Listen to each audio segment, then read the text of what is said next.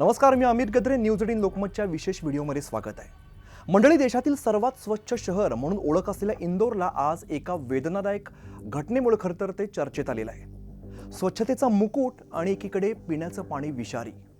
आता दूषित पाण्यामुळे मृत्यू झालेला आहे, हजारो नागरिक आजारी पडतायत. हा एक फक्त आकडा नाहीये, तर हा एक इशारा आहे.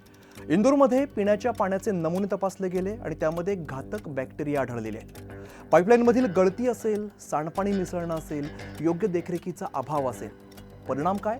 तर लोक खोकतायत, तापानं फणफणतायत, रुग्णालयं भरलेली आहेत आणि काही कुटुंबियांनी आपली माणसं सुद्धा गमावली आहेत. आता सगळ्यात महत्त्वाचा प्रश्न असा की पाणी येतं कुठून?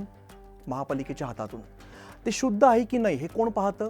महापालिकेचे अधिकारी बघतात, पाणी पुरवठा विभाग बघतो आणि यावरती देखरेख कोण करतं? तर ते आपले नगरसेवक करतात, स्थानिक लोकप्रतिनिधी.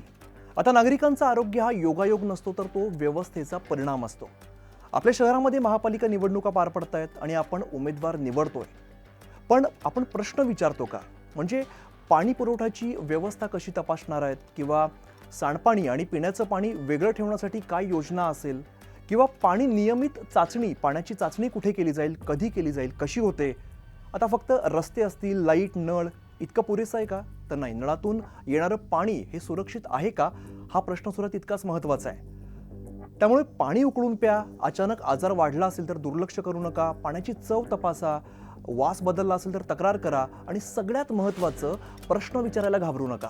इंदोरची घटना ही काही आपल्यापासून फार लांबची बातमी नाहीये, ती आपल्या शहरासाठी सूचना आहे असं समजा. आणि या निवडणुकीमध्ये फक्त उमेदवार नाही, तर जबाबदारी निवडा. कारण विकास म्हणजे फक्त सिमेंट नाहीये, तर सुरक्षित पाणी आणि सुरक्षित श्वास सुद्धा आहे. अशाच माहितीपूर्ण व्हिडिओसाठी बघत रहा न्यूज 18 लोकमत.